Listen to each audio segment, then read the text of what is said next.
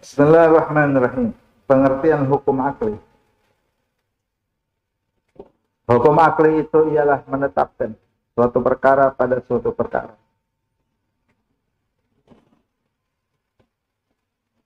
Yang lain, yaitu atau menafikan suatu perkara daripada suatu perkara yang lain dengan tiada berkehendak kepada dicoba pada menetapkan suatu perkara itu bersalahan hukum adil, yakni adat, dan tidak tergantung kepada suatu perbuatan yang diperbuat oleh mukallaf bersalahan hukum syara. Ini bahasa singkat, tapi perlu pikiran dan omongan yang lumayan memakan kata-kata. Hukum ada 3. Hukum akal, hukum adat, hukum syara. Di dalam ilmu tauhid yang digunakan hukum akal, walaupun pada akhirnya 3-tiganya akan saling berkaitan. Pertama hukum akal, pertama hukum akal, kedua hukum adat, ketiga hukum syara.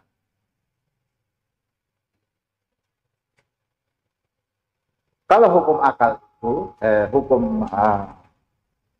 hukum adat, di sini ya. Hukum akal itu ialah menetapkan suatu perkara pada suatu perkara. Berarti ada 2 perkara. Menetapkan suatu perkara pada suatu perkara. Begini.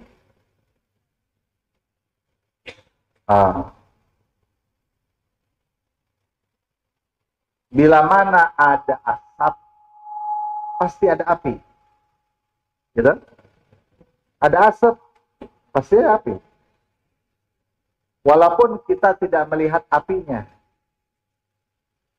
Nggak perlu kita lihat api.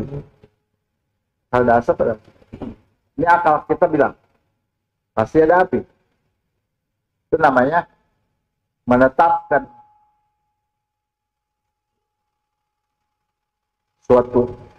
menetapkan asap akan adanya api. Karena asap, itu berarti ada api. Tanpa mesti berulang-ulang, cukup hanya 1 kali. Besok bila mana ada asap lagi, udah pasti ada api. Bila mana besok ada asap lagi, pasti ada api. Jadi tanpa mesti berulang 2 atau 3 kali, akal cukup menetapkan 1 kali menjadi 1 hukum yang pasti. Contoh lagi. 2 ditambah 2 berapa? 4. Pasti nggak tuh? Asli. 100 tambah 100, 200. Itu pasti. Besok ada hitungan. 100 tambah 100, nggak perlu dihitung lagi. Sudah cukup. 1 kali saja, dia memastikan semua peristiwa yang sama, maka hasilnya juga sama. Nggak perlu diulang lagi. Itu dikatakan hukum akli. Sudah. Setiap ada perbuatan, pasti ada yang berbuat. Betul gitu ya? Kalau bahasa orang dulu, kalau ada telapak kebo, pasti ada kebo. Maksud telapak orang. Nah, ada telapak kebo, pasti ada kebo. Setiap ada perbuatan, pasti ada yang berbuat. Pasti ada yang melakukan. Apa itu perbuatan? Semua peristiwa yang kita lihat, itu namanya perbuatan. Itu pasti ada yang melakukan. Setiap ada ciptaan, pasti ada yang menciptakannya. Ini ciptaan, ini lekar. Ini pasti ada yang buat. Seperti gini. Kalau ban sepeda bulat apa lonjong? Hah? Boleh. Ada yang tanya. Permulaan ban sepeda sebelah mana? Hah? Kan ini boleh tuh. Permulaan sebelah mana? Hah? Nggak ada mulanya? Pentil? Ada yang bilang lempangan pentil. Ya ilok apa? Permulaan ban sepeda sebelah mana? Ada yang bilang gini, pentil. Ada yang bilang, bukan, tuh lempangan bacaan. Bukan lempangan bintang. Bukan, tuh semuanya punya pendapat beda. Ada yang bilang begini akhirnya, nggak ada mulanya. Kalau nggak ada mulanya, ya emang kita kagak tahu kapan ada mulanya. Bisa jadi dia bikinnya langsung brek bulat gitu. Dia ada mulanya. Siapa yang sebelah mana? Pengen tahu mulanya. Oh, ini ban sepeda ada mulanya. Yang tahu mulanya di mana? Yang bikin sepeda, yang bikin ban sepeda. Kalau pengen tahu ke Jepang. Ongkosnya mahal, cuman mau nanya doang. Ban sepeda belah mana mulanya? Ongkosnya puluhan juta. Mustahil sesuatu yang ada tiada bermula. Tahu? Pasti ada mulanya. Cucu mangkong tuan siapa? Ah, tuan cucu kali. Kan cucu nggak tahu engkongnya kapan dilahirin. Ya, cucu nggak tahu kapan engkong dilahirin. Walaupun dia tidak tahu, ini engkong pasti dia punya orang tua. Yang tahu kapan engkongnya dilahirin, ya orang tuanya engkong. Yang lebih tua yang tahu. Dunia ada mulanya kah? Dunia ada mulanya kah? Dunia ada mulanya. Kapan? Nah, jadi pertanyaan. Itu sama juga orang nanya, ban sepeda belah mana awalnya? Yang jawab yang bikin ban sepeda. Kalau ditanya, alam semesta kapan awalnya? Yang mengetahui kapan awalnya adalah yang menciptakannya. Ada. Adalah siapa yang menciptakannya. Sehingga dapat disimpulkan seluruh apa yang ada di alam semesta, dia ada awalnya. Itu yang dikatakan bahru. Jadi bahru itu, jadi al-alam hadithun. Alam ini bahru, itu artinya seluruh alam semesta ini semuanya ada permulaannya. Dan apa yang ada permulaan baginya, maka dia akan ada akhirnya. Ada mulanya, ada akhirnya.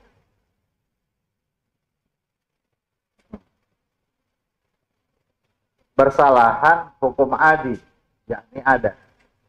Ini sebenarnya masalah ini, saudara, ada mahmul, ada maudhu, ada musnad ilaih, ada mahkum adi, ada mahkum b, ada hukum, ada isnad, ada nisbat, ada qadiyah, ada madmunul jumlah, ada jumlah. Cuman ini saya nggak perlu ngomongin itu, karena ntar jadi saya malah puyeng juga.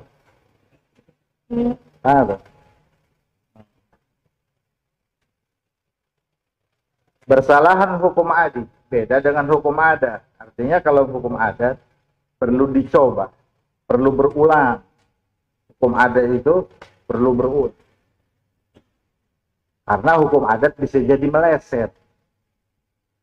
Orang saudara lagi tekukup pakai kain. Tekukup pakai kain. Ngalamin nggak begitu? Ini kain pakai tekukup. Mari begini. Menurut adat, ini apa dia? Hah? Meriah. Terus kita bilang begini, girang amat yang habis. Orang lagi begini. Sudah, girang amat yang habis ngitung duit. Nggak ada. Itu hukum adat. Orang begitu pasti meriah. Tapi walau begitu, kadang-kadang hukum adat meleset. Namanya hukum adat. Kalau hukum akli nggak meleset. Tapi hukum adat, walaupun begitu, kadang-kadang dia meleset. Sebab hukum adat itu hukum antara sabab dan musabab. Sebab sakit dia meriang. Kalau hukum akli, hukum antara lazim dan mazum. Saya nggak bahas lazim mazum. Hukum adat, hukum antara sabab dan musabab. Orang begini, ini golok. Misalnya golok. Meledak kak? Meledak ya? Ini namanya sabab, ini meledak. Meledak, ngerti meledak nggak? Ngerti ya? Sempoak. Sempoak ya? Ini sabab, ini musabab. Hukum adat. Dia berulang-ulang. Tersipulan begitu. Ya meledak. Ya meledak. Kena silet. Kena paku. Gagal meledak. Tapi hukum adat kadang tidak berlaku. Kalau hukum akli pasti berlaku. Hukum adat kadang tidak berlaku. Gimana nggak berlaku? Itu debus begini nggak mempan dia. Oh berarti hukum adat kadang menyalahi dari ketetapan. Jadi sabab ada tapi tidak ada musabab. Orang kalau minum obat sebab, maka akibatnya sembuh. Begitu diulang-ulang. Makanya dokter laku. Kenapa? Karena dia jual obat yang bisa bikin sebab sembuh orang yang gitu. Tapi kadang dia keluar dari ketetapan. Bisa jadi dia minum obat tapi tidak sembuh. Gitu ya. Atau api digunakan untuk membakar. Maka apa yang dibakar terbakar dia hangus. Api sabab membakar musabab. Selalu begitu. Tapi pakai tapi dia. Kadang-kadang keluar dari ketetapan. Nabi Ibrahim tidak terbakar. Kalau dibakar tapi tetap tidak terbakar. Begini. Sabab itu namanya kasab. Dan kasab itu dikatakan ikhtiar. Dan ikhtiar itu kalau orang dulu bilang setiar. Orang dulu tuh. Kita hidup kudu setiar, kudu ikhtiar, kudu kasab, kudu usaha. Dan musabab atau akibat atau hasil daripada sabab, hasil daripada sabab itu dikatakan musabab. Manusia hanya mampu melakukan sabab. Ini hukum adi. Manusia hanya melakukan sabab. Adapun musabab, ini hak prerogatif Allah. Makanya ada ayat, ud'uni astajib lakum, berdoalah kalian, maka aku akan ijabah. Berdoa itu sabab, ijabah itu akibat. Dan akibat itu Allah punya kuasa, bukan kita punya kuasa. Kita hanya berdoa, Allahumma ghfir, Allahumma ghfir, Allahumma ghfir. Emang disuruh berdoa. Adapun astajib lakum, astajib in asya'u. Bila aku mau ku ijabah. Kenapa? Sebab musabab urusan Allah. Kita hanya sabab saja. Memintalah kalian. Bila aku mau, aku ijabah. Bila aku tidak mau, tidak aku ijabah. Tapi tetap kita dikasih pahala. Usaha daripada berdoa. Walaupun pada akhirnya kita tidak dijabah karena tidak sesuai dengan kehendak Allah Subhanahu wa taala. Kita belajar, itu sabab namanya. Untuk menjadi orang alim di kemudian hari itu musabab. Tidak melazimkan orang belajar menjadi orang alim. Tapi pahala belajar tetap ada. Adapun menjadi orang alim itu kehendak Allah taala.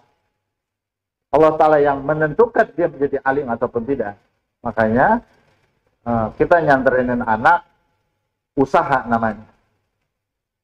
Tidak semua anak kita menjadi kiai. Jelas? Nggak semua.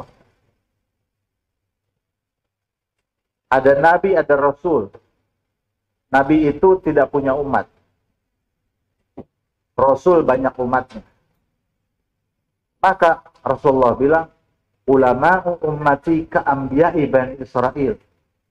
Banyak ulama dari kalangan umatku mirip Nabi zaman Bani Israel. Maksudnya apa? Gak punya murid. Dia ilmu banyak, tapi dia amalkan sendiri. Dia amalkan sendiri. Itu Rasulullah bilang, ka'ambiya'i Bani Israel. Ada juga yang banyak dia punya murid. Itu musabab. Jadi ada sabab, kemudian ada musabab.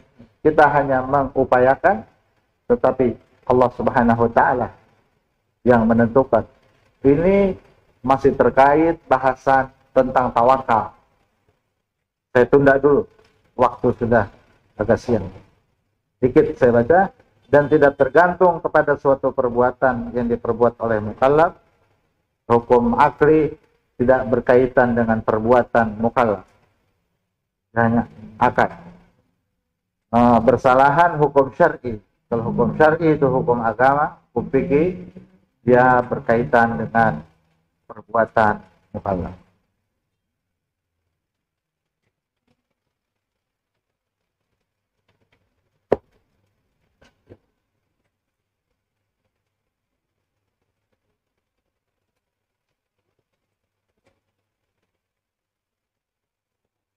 Hukum akli terkait dengan zat.